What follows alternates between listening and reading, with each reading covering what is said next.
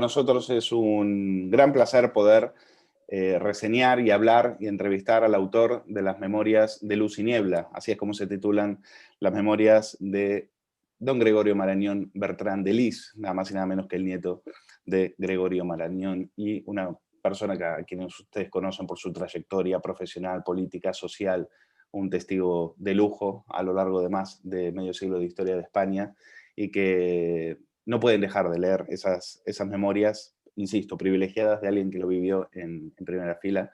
Y por eso estamos muy agradecidos, Gregorio, de que puedas compartir estos minutos con nosotros y compartir tu experiencia con tu libro. Y gracias por permitirme tutearte. Así que mucho Nada, yo muy agradecido yo de la invitación para poder tener esta conversación contigo y luego para vuestros seguidores o lectores. Gregorio, lo primero, bueno, en el libro me gustaría empezar para que nuestros lectores y los que nos están viendo puedan saber cuál era tu relación, cómo fue tu relación con tu abuelo, que tiene una presencia muy importante en el libro, incluso todavía más que tu padre. Con tu abuelo me parece que tenías incluso hasta más sintonía emocional, afectiva que con tu propio padre. Cuéntanos. Sí.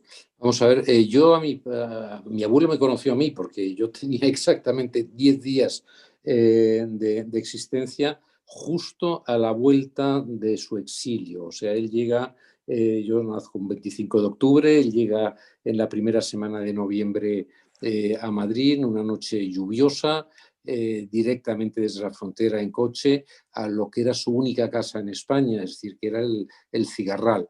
El Cigarral estaba en esos momentos todavía incautado jurídicamente, embargado jurídicamente para responder de sus supuestas responsabilidades políticas, y ahí estuvo así hasta el año 47, pero lo ocupaba ya la familia, y ahí le recibieron a mi abuelo.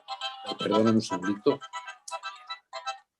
Perdona un segundo, que no Ningún sé por problema. qué me suena. Ahí Seguimos. le recibieron a mi abuelo los hijos, algún discípulo médico, bueno, es decir, y un recién nacido en un capacho que ellos habían festejado con una serie de cartas de lo más ilusionadamente su nacimiento. Yo siempre he pensado que esa circunstancia a él le debió hacer ver un poco en mí un símbolo de una nueva etapa en su vida, es decir, que interesarían los 6 años más tristes de su existencia, los 6 años del exilio, y bueno, pues es decir, ahí justo coincide su llegada, la recuperación de su casa, la recuperación de su patria, y ahí está un nieto que además por casualidad era el mayor de su hijo mayor y por lo tanto pasa a llamarse como él. Entonces la relación con él es muy cercana. Pasábamos en el Cigarral todos los fines de semana del año, todas las vacaciones de Navidad, todas las vacaciones de Semana Santa y luego también a veces parte del verano. Él muere en marzo del 60, yo estoy en primero de Derecho y tengo en ese momento 17 años. Y por lo tanto puedo decir que en esos 17 años de mi vida he encontrado en él una figura de referencia. Y luego es que yo, vamos, no creo que no lo saco en el libro, pero cada obra suya él me la mandaba dedicada con lo que espero de ti, eres tal, no sé qué, no sé qué, esas cosas que a los niños o a los jóvenes pues siempre nos alienta muchísimo, ¿no? Que tu abuelo te diga eso. Pero es que redacción que mis padres le mandaban, o yo me acuerdo que en COU con 15 años fuimos a Italia, con pequeña charla que tuve que hacer sobre Asís, sobre Asís. Bueno, pues la carta que tengo marcada, tus cuartillas admirables, tal, es decir, siempre estaba alentándome. Y luego, bueno, pues evidentemente en la familia había una veneración por él, dentro que él era enormemente sencillo y cercano en el trato, y bueno, eso a mí me ha sin duda, para mí es la persona o la figura de mayor referencia. Quería que le explicaras a los que nos están viendo la importancia del Cigarral, que no saben lo que es. Es decir, el Cigarral bueno, la casa de tus abuelos. Luego tú te hiciste con ella a muy temprana edad, tenías 35 años y te hiciste con ella. Y para ti tiene un valor afectivo muy importante. Creo que hasta incluso le dedicaste un libro, ¿puede ser? efectivamente, hay uno que se llama Memorias del Cigarral y curiosamente, no es que esto sea un paralelismo muy significativo, pero yo lo adquirí de una edad muy temprana, que es a la edad en la que lo adquirió mi abuelo. Curiosamente, son estas circunstancias que pasan en la vida. Esto es la casa que compra mi abuelo en el año 21. Fue su única propiedad inmobiliaria que tuvo. Lo demás vivía en piso alquilado, la consulta en piso alquilado, en el hospital provincial, y esto fue, por decirlo así, su única propiedad. Lo descubrió de la mano de Galdós, porque Galdós fue una especie de mentor para él. Mi abuelo quedó huérfano pues prácticamente al año de su nacimiento y había dos íntimos abuelos, amigos de mi bisabuelo, que eran don Marcelino Méndez Pelayo y Galdós, muy opuestos ideológicamente, pero esa también, yo creo que su entendimiento del liberalismo arranca de esa convivencia entre los tres durante ¿no?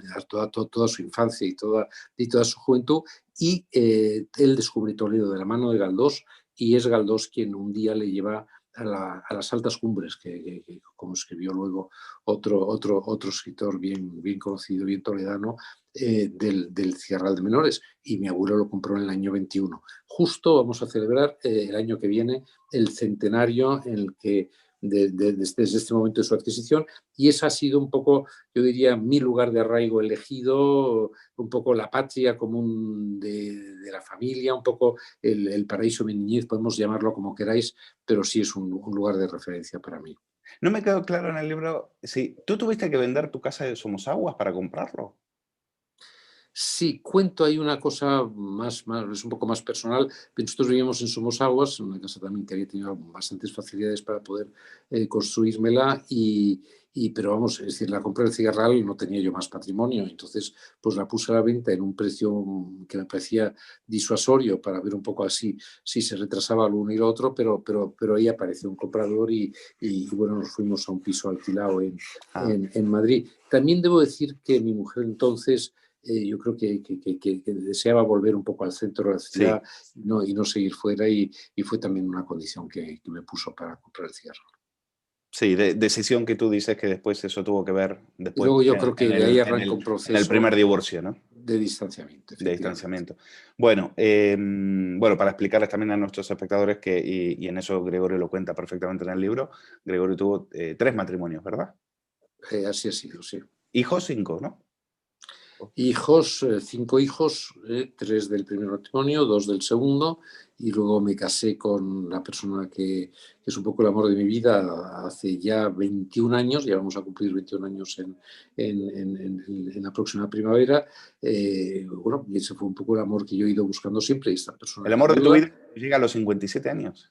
a los 57 años, y tenía a su vez 3 hijos, era viuda, y por lo tanto esos 3 hijos yo los he incorporado también moralmente de una manera adoptiva a nuestra familia. Por lo tanto, yo digo que tenemos juntos, entre Pili, mi mujer y yo, 8 hijos que se llevan maravillosamente entre sí. Una verdadera fraternidad han constituido los unos y los otros. Te quiero preguntar, porque tú te consideras a tu generación la generación de la transición, y me parece que es correcto, y que una generación también de tránsito. Y te pregunto por tus años en la universidad. Es decir, tú fuiste a una universidad, años, estamos hablando mediados de los 50, principios de los 60. Exactamente en el 50. Yo entro en septiembre del 59, del 58, perdón, en septiembre del 58. Y preguntarte por esa universidad, porque, claro, tú has estado en la No, universidad, perdona, por serte exactos, entro en septiembre del 59, en septiembre del 59 con 16 años. claro, bueno, para más o menos, a mí lo que me llama la atención en el libro es la gente con la que, claro, quienes eran tus compañeros en ese momento, con los que fundaste revistas como por ejemplo Libra, en la cual tenías en el consejo de redacción a Javier Rupérez, a Luis Gamir, a Maraval, a Juan Luis Ebrián, es decir, toda esa gente, y como tú lo dices, A Pérez decía, Llorca. a Pere Llorca, es toda gente que después va a hacer carrera y carrera muy importante, van a ser nombres muy, muy importantes. En ese momento erais chavales que estabas en la universidad. Te quiero preguntar Sí. por el nivel que había en ese momento en la universidad, si crees que se ha avanzado o se ha retrocedido en ese Sí. aspecto. Es una universidad muy distinta y que cumple una función hoy que no podría cumplir. Y voy a explicar por qué a quienes nos escuchen, ¿no? Vamos a ver, yo creo que hoy los datos que yo manejo es que hoy hay del orden de 1.700.000 universitarios. Sí, hay 1.700.000 jóvenes formándose en la universidad. Cuando yo entro en ese año 59, con 16 años, en la Universidad Española había del orden de 50.000 jóvenes.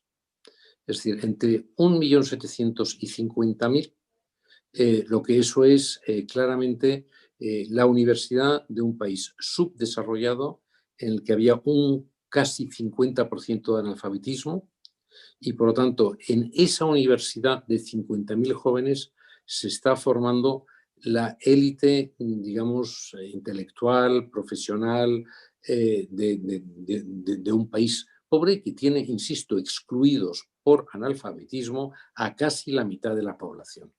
Y Eso, tú lo cuentas eso en el libro, tú cuentas cómo bueno, tú mismo como voluntario fuiste a, a a la campaña Huelva y demás, a sitios en Granada. a enseñarles a la gente a leer y Eh, escribir.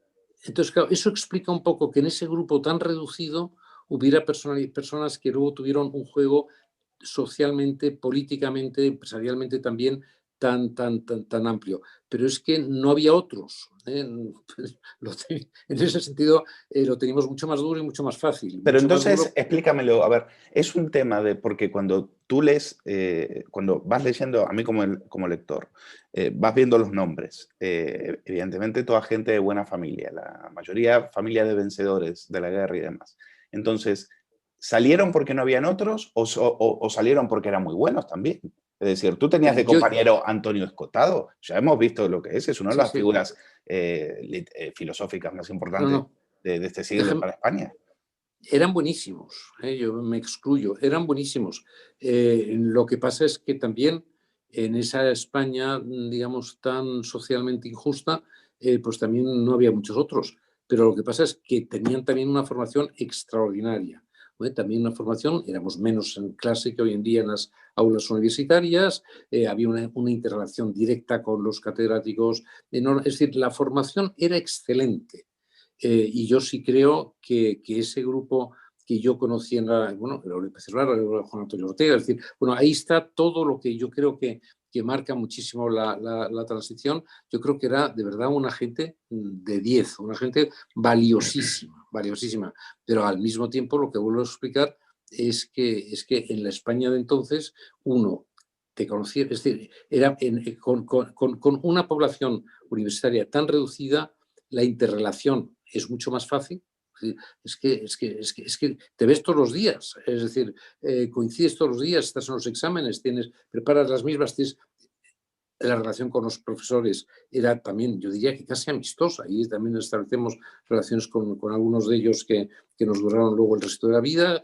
Bueno, por eso te digo, era muy buena, son unas promociones magníficas, pero también era un país distinto, claramente, para que se comprenda sociológicamente a lo que tenemos hoy, afortunadamente. Tú hiciste una carrera meteórica, entraste en el Banco Urquijo muy joven y al poco tiempo ya estabas dentro de lo que era la cúpula directiva y al mismo tiempo también en varios consejos de administración. También formaste tu propio despacho, que luego después fue un despacho de los más importantes. ¿Tu apellido te abrió puertas o al contrario, fue una losa? Yo te diría que ni lo uno ni lo otro. Posiblemente soy injusto si digo que no abrió puertas, pero desde luego a nivel generacional ninguna. O sea, yo casi todos estos logros pues son con compañeros míos de facultad, con amigos, es decir, yo creo que ahí éramos Gregorio, Óscar, Juan Antonio y José María. Es decir, el apellido no habría puertas. Hombre, yo sí digo que en la vida, si llevas el apellido una persona o de una persona como es Marañón, pues yo prefiero creer que eso me ha abierto que más que me ha cerrado. Pero yo sinceramente tengo la sensación de que lo que he hecho lo he hecho con mi esfuerzo y que eso es a su vez lo único legítimo en la vida, ¿no? O sea, que lo otro es un poco por añadidura, una circunstancia, pero desde luego tiene que ser una circunstancia muy, muy menor. ¿Con qué universidad te quedas? Porque tú seguiste siendo una persona muy ligada a todo lo que tiene que ver con el sector de la educación. ¿Con qué universidad te quedas? ¿Con Hombre, aquella que yo me quedo, formaba élites o esta que forma no tengo ninguna duda. licenciados en masa? Ninguna duda, yo me quedo con esta. Es decir, y yo me quedo con esta y ya el que valga más y pueda y obtenga las becas correspondientes, pues si quiere ampliar su formación sobre la que reciba en las facultades, pues ya lo hacen y tienen los Erasmus y luego tienes la posibilidad de hacer los másters fuera y puedes, no, yo creo que claramente, vamos, en relación con la nuestra, yo casi atrevería a decir que la actual es una generación privilegiada. Sí, yo creo que la Pero nuestra cuando se les ve puede. formados, Gregorio, la verdad que uno no tiene razones para el optimismo, ¿eh? Cuando salen, se les escucha hablar o se les escucha, se les ve en la calle o se les ve, ya por el solo aspecto, a muchos de ellos solamente hay que ir a las universidades para verles. La verdad que no da la sensación de ser una élite, como si lo fuisteis vosotros. Pero yo en el 83, 83, 84, de la mano de José Juan Toaria, di un curso en la Facultad de Económicas de la Autónoma. Y tuve la experiencia de conocerles y tener yo el grupo de personas que tuve ahí de estudiantes a los que di un curso curioso con un caso práctico, llevando a cada clase o a muchas de las clases algún empresario, algún político, alguna persona relevante. Bueno, y luego me pidieron todos que siguieran. Yo, el grupo de gente de ahí que vi si era muy válida. Sí creo que cuando se masifica mucho la educación, como es natural, habrá un proceso también el que, según el colectivo al que con el que hayamos coincidido, pues serán unos muy buenos, pero sí es mejor. Yo creo que lo que no puedes es asumir digamos, el modelo de una España desarrollada y de una universidad elitista, dentro de que, evidentemente, pues mira, que existe el elitismo de los mejores, no el sociológico. Tú formaste parte, decíamos, de esa generación de la transición y de hecho tú estuviste, entre otras cosas, pues, voy a mencionar dos hitos, si tú quieres agrega otro, fundador de Cuadernos para el Diálogo, la revista que dirigía Joaquín Ruiz Jiménez. Luego tú te alejaste de esa fundación, te alejaste de la revista en el 74, cuando viste que la revista estaba tomando posturas más hacia la izquierda. Y estuviste también en el grupo Tácito, que era un grupo que tenía mucha influencia. De hecho, en Adolfo Suárez, en el primer Adolfo Suárez, tenía muchísima influencia. Y voy a agregar un hito más, que es tu participación también en la fundación de la UCD en esos momentos. Cuéntanos un poco, ¿cómo nos podrías resumir lo que fueron aquellos? Sí, bueno, yo, si me permites, doy un paso atrás. Es decir, yo en segundo, tercero de carrera, donde entro a participar y me afilio a un grupo clandestino de democracia cristiana de izquierdas, progresista, que es la UJDC, de la que estoy en la ejecutiva, y luego Izquierda Democrática. De ahí fundamos Cuadernos para el Diálogo. Pero un poco, y lo que sucede en Cuadernos es que luego hubo otra rama de socialista, de amigos nuestros, de personas incluso que habían estado con nosotros políticamente y que luego se pasaron a posiciones del PSOE, y sí hay un momento en que se pierde el equilibrio de la revista y oscila hacia el otro alineamiento, y ese es el momento en el que nosotros nos vamos. Luego entramos ya en la época de Tácito. Tácito es una agrupación de personalidades. Eso, yo sí creo que es el primer gran digamos, ensayo que yo conozco de tipo pretransición, porque en Tácito nos invitan a los demócratas cristianos de la clandestinidad, que todavía estábamos en la clandestinidad, con los demócratas cristianos propagandistas de Federico Silva, por ejemplo, que había sido ministro con el franquismo y que Fue son, fundador de digamos, Alianza Popular también. exactamente. Y entonces ahí decidimos precisamente empezar a entablar una relación, digamos, que luego se transfigura en la transición, es decir, en un modelo en el que la gente aperturista del régimen con la gente que quiere desde la oposición jugar al reformismo y no al rupturismo, pueden aliarse para traer a España la democracia y por conseguir también esa reconciliación de las dos Españas que diría el poeta. ¿Tú te consideras antifranquista? En general se dice que los que realmente eran antifranquistas en aquella época eran los que militaban en el Partido Comunista, algo que tú en ningún momento cuentas en el libro, que en ningún momento es algo que te atrajo. Es algo interesante en tu generación, también pasa por ejemplo en el caso de Cebrián, que luego a posteriori se manifiestan antifranquistas, pero en realidad después no tuvieron, es decir, ese antifranquismo, ¿qué reclamaba? ¿Qué es lo que pedía principalmente? Bueno, por supuesto, la salida del dictador de poder. Hay un momento de resignación y entonces estábamos esperando a su fallecimiento, es decir, pero porque no parecía que fuera a salir, porque ya era previsible que eso tuviera digamos, un límite biológico, y lo único que reclamábamos era absoluta democracia, recuperación de las libertades, amnistía para todos los responsabilidades políticas del régimen franquista. Es decir, y son las tres cosas que se consiguen. Es decir, la amnistía es absoluta, la democracia es absoluta y por supuesto, esa democracia no solo respeta las libertades formales de la totalidad de los ciudadanos, sino también respeta en su inicio claramente también las diversidades regionales de Cataluña, el País Vasco, por ejemplo, de una manera clara.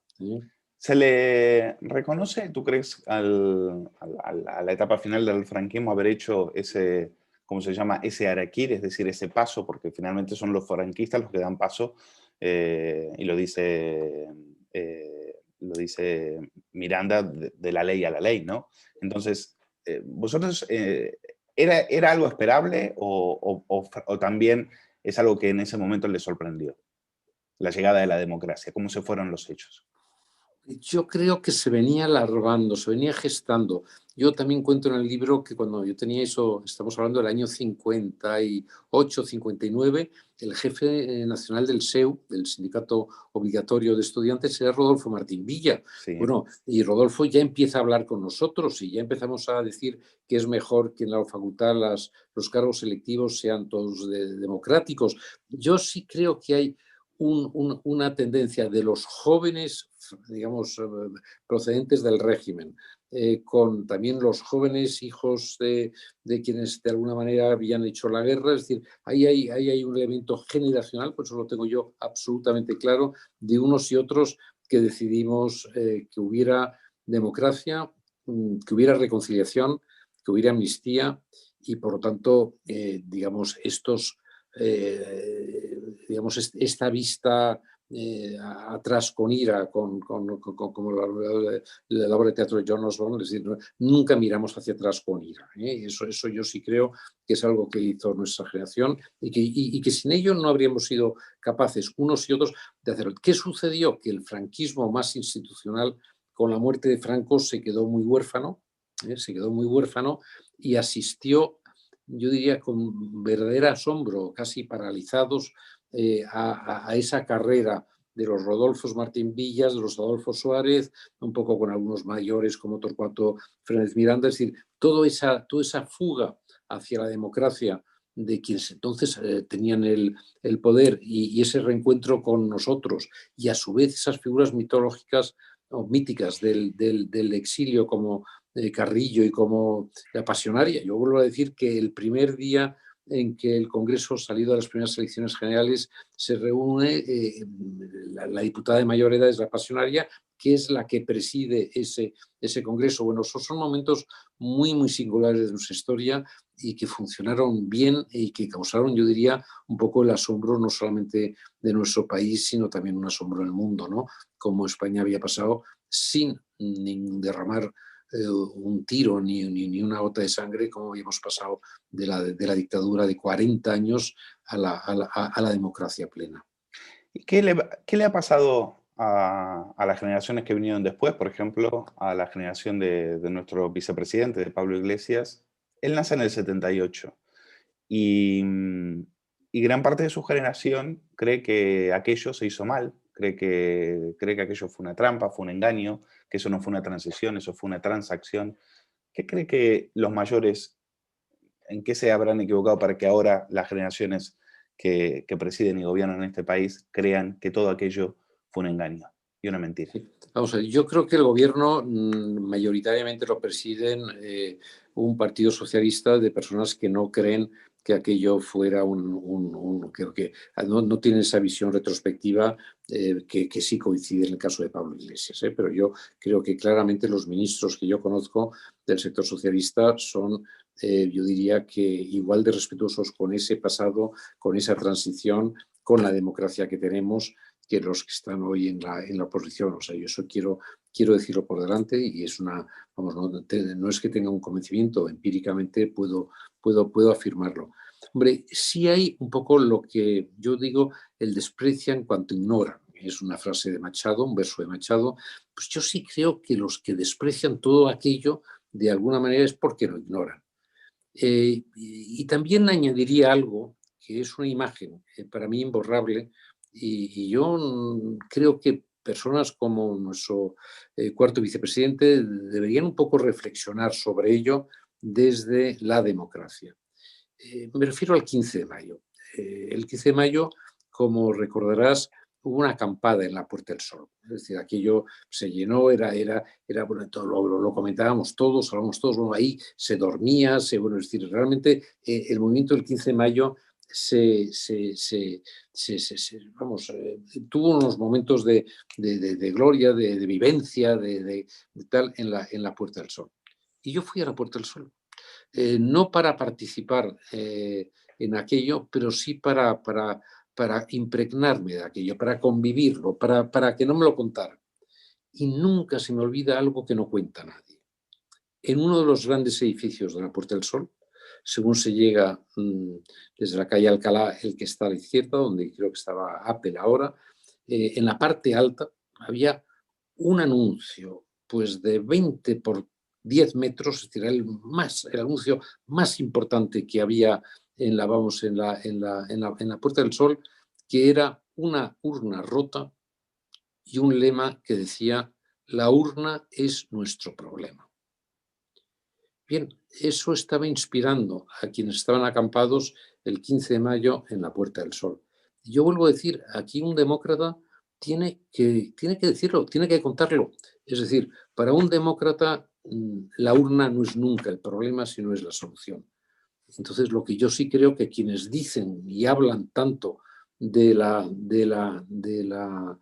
transición tan negativamente, hombre, y de alguna manera pues arrancan en su impulso político a lo mejor de ese 15 de mayo, a mí me gustaría alguna vez tener ocasión de preguntar que aquel anuncio, aquel gran letrero, aquella pancarta que presidía esa histórica Plaza de Madrid, bueno, ¿qué les dice a ellos?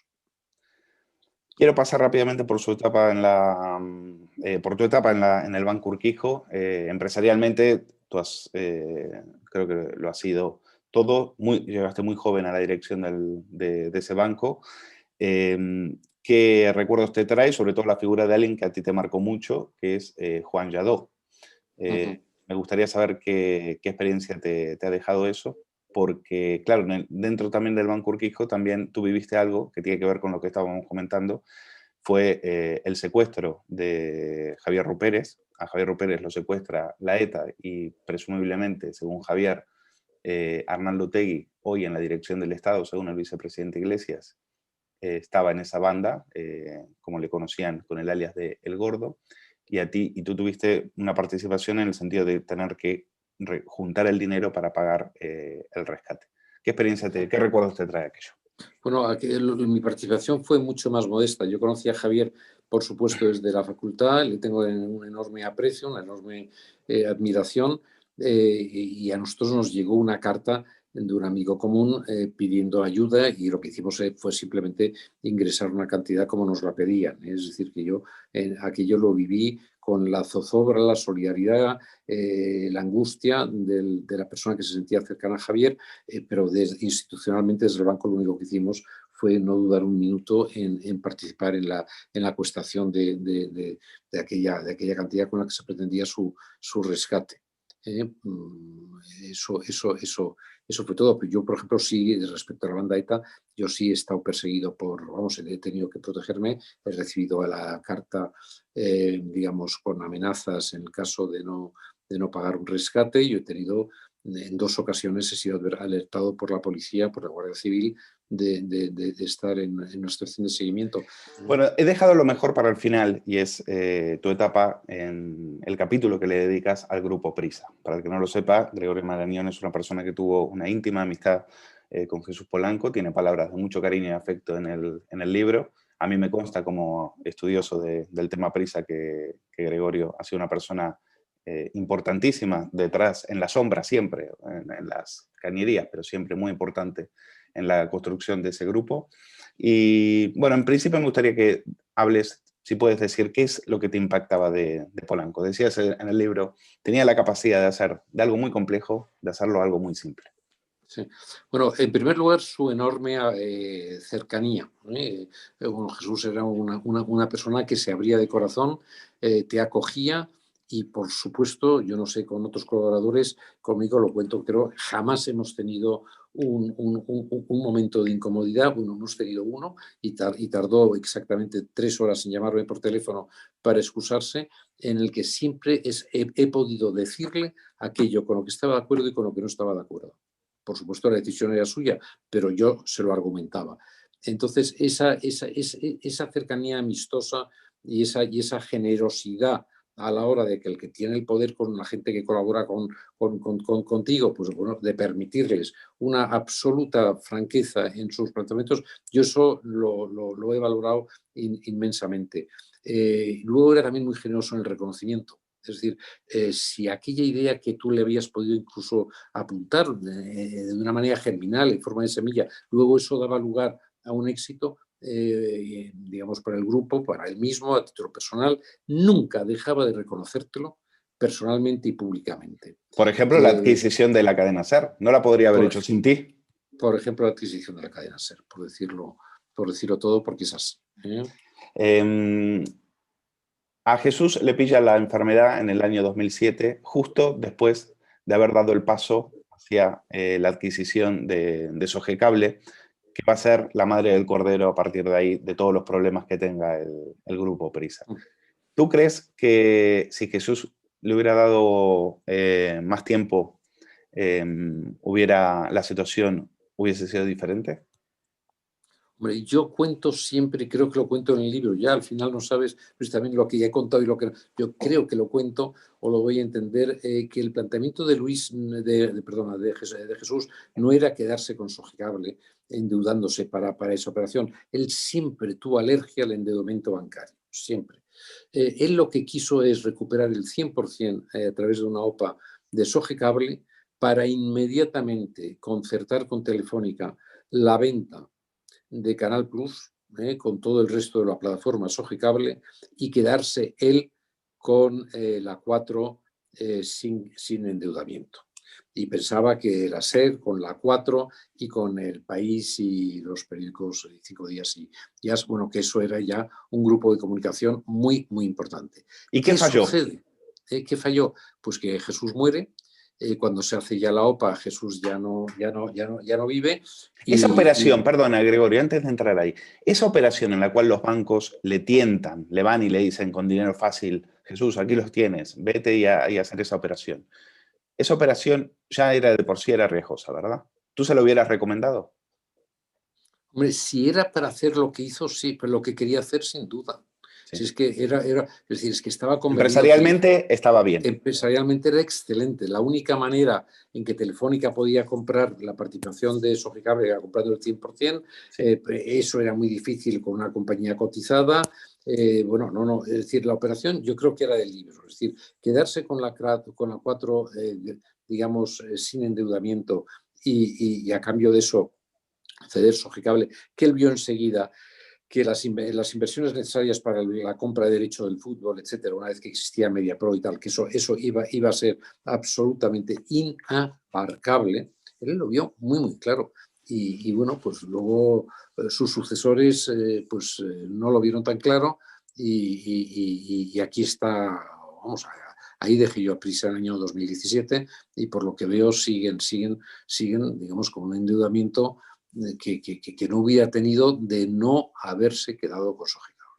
Cuentas algo que yo no lo sabía, y es que rechazaron una oferta de 5.500 millones de euros por Sogecable, en una negociación en la que no participó Juan Luis, participó Javier Díez de Polanco. Sí, pero los presidentes eran Nacho Polanco y el consejero delegado era Juan Luis. Por lo tanto, el hecho de que la negociación la llevara Javier, es de responsabilidad de Javier haber hecho aquello, pero de alguna manera... ¿Qué consideraron? ¿Poco dinero?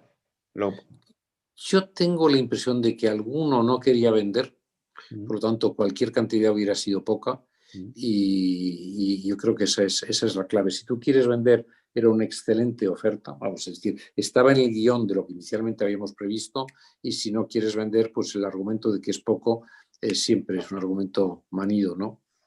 Yo tengo la impresión que al final del mandato de Aznar, Aznar, no digo que hace las paces con Polanco, pero sí deja en tierra la hacha de guerra. No sé si tú tuviste que ver en aquel encuentro que concertaste, una especie de, no sé si fue una cena en tu casa, donde ellos estuvieron y hablaron. Fue con Rajoy, a la cena no fue con Aznar, sino fue con Mariano Rajoy. Fue en la etapa, ya Mariano Rajoy ya era el presidente del Partido Popular. Yo creo que sí. Sí.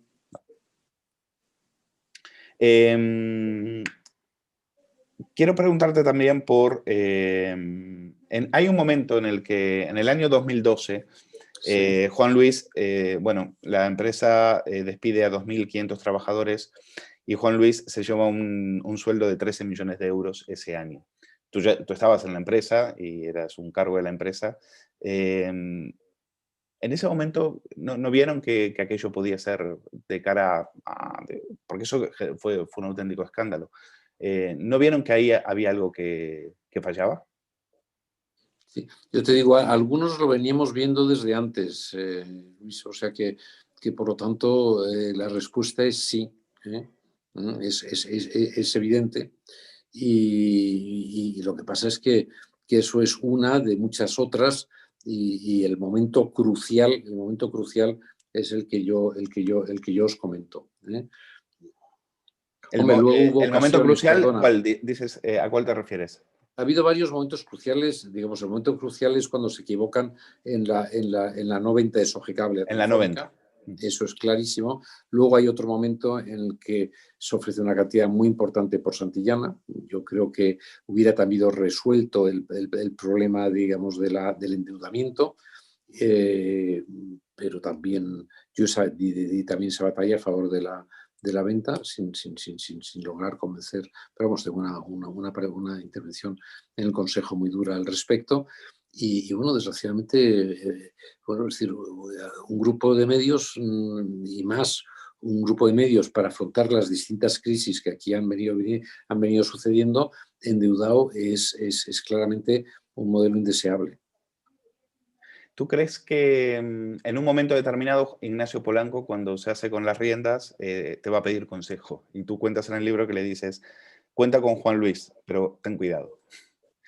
Bueno, le digo algo que es verdad. Juan Luis tiene una personalidad extraordinaria y yo le dije que un poco su éxito dependería de cómo manejara los puntos fuertes o los puntos débiles o los lados. Yo eso lo creo. Creo que no se dio cuenta bien de lo que le decía. Porque desde luego no lo hizo. Pero Juan Luis yo sí creo que era lo más importante que tenía Prisa en el momento de morir Jesús, y yo tengo, vamos, mi convencimiento también de que no era la persona para empresarialmente liderar el grupo en el tiempo que vino después. ¿Hablas de Juan Luis o hablas de Ignacio? El tándem, digamos, es que es lo de siempre. Juan Luis de consejero delegado con un presidente que le controle es un buen tándem, o eso nos puede pasar a cualquiera, no es, o un presidente, es decir, pero lo que pasa es que creo que tal como están las cartas dadas, aquello es obvio que no funcionó y ojalá en estos momentos pueda reconducirse. Yo no deseo otra cosa mejor para la Prisa, parece que tiene todo eso, vamos, que hace falta y que por lo tanto estoy seguro que se podrá encontrar salida. No hay situación humana en la que no tenga salida. Es decir, es mi deseo ferviente.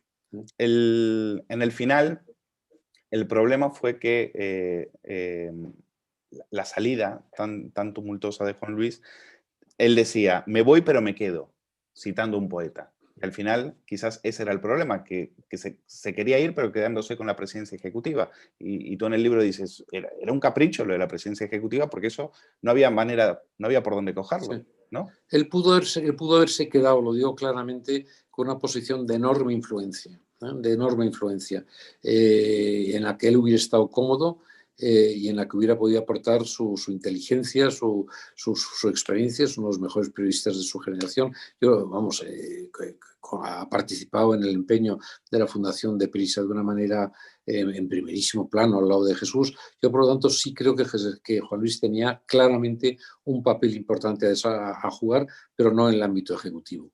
Y bueno, de hecho, pues 5 meses después tuvo ya que salir y yo creo que la primera opción que tuvo y que rechazó 5 meses antes hubiera sido la buena para el grupo y para él.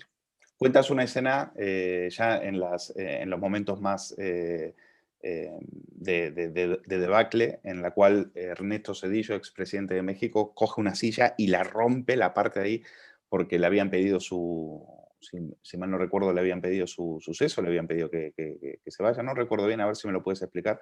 Y a partir de ahí también te destituyen a ti solamente con el 30% de unos accionistas que estaban ahí de asistentes, habiendo sido nada más y nada menos que una de las personas que manos derechas de Juan Luis bueno, y aparte asesor de Jesús Polanco. ¿Cómo recuerdas aquello? Bueno, el gesto de Ernesto es un poco distinto, es decir, él sale del cuarto en el que estamos unidos todos los consejeros independientes y vuelve demudado al cabo de un rato y dijo, me han querido comprar. O sea, que no es ¿Qué decir, significa eso, pues es evidente Gregorio? que a cambio de que apoyara lo que nos parecía un dislate, a cambio que apoyara lo que parecía un dislate, pues le ofrecían seguir, ¿no? El Es dislate, decir, o sea, que siguiera Juan Luis. No, el dislate, ahora podemos hablar de lo que es el dislate. En cualquier caso, hombre,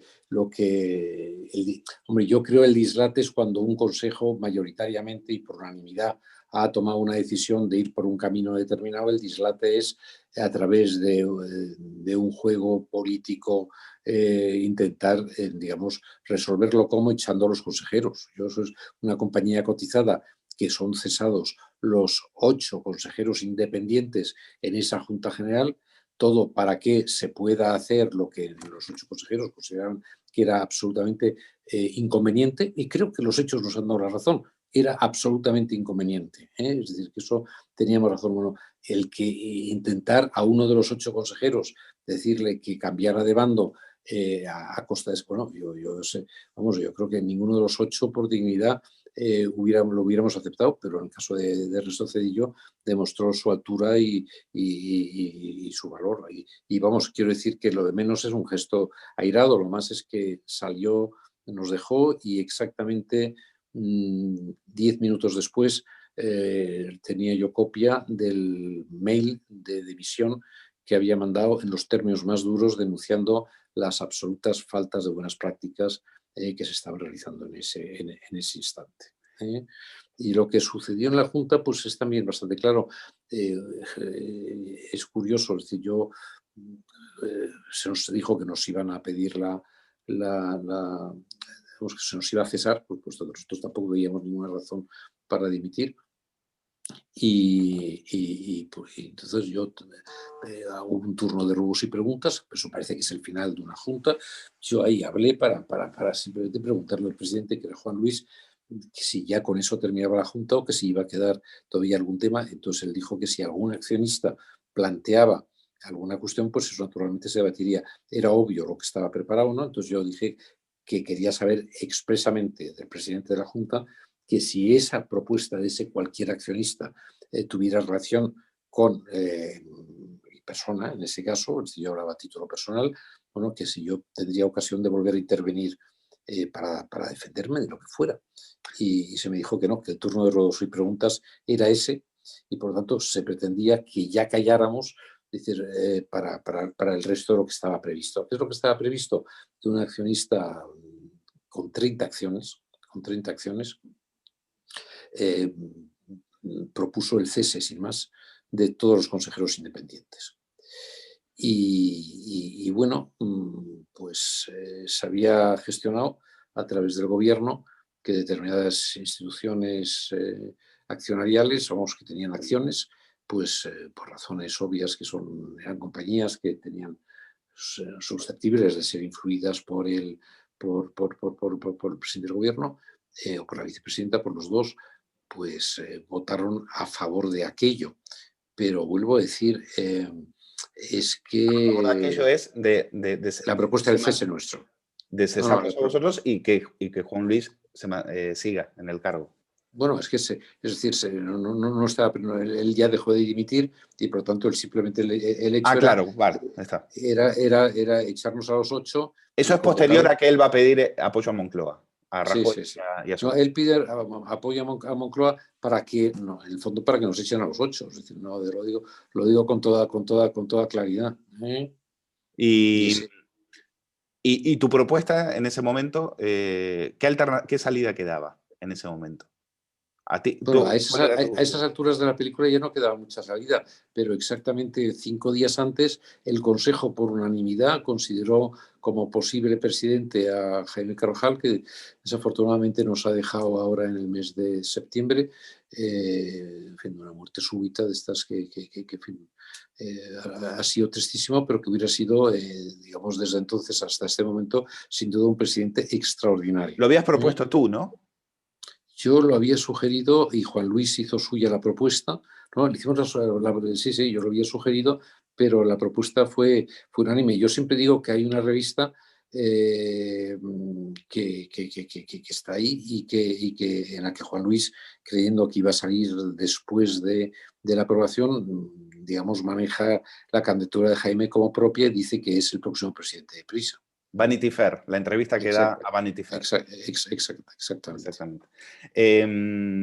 Pues vamos a dejarlo aquí. Podríamos seguir hablando muchísimo tiempo de esto, pero es que tu vida ha sido muy, muy extensa y muy, muy entretenida y espero que lo siga siendo, Gregorio. Pues yo siempre digo unas memorias que terminan desde luego con su autor pensando más en el futuro que en el pasado y lleno de proyectos. Mira, será un espejismo, como también digo al final del libro, o no, pero de hecho estoy en plena actividad y quiero seguir de alguna manera sirviendo a las instituciones con las que colaboro.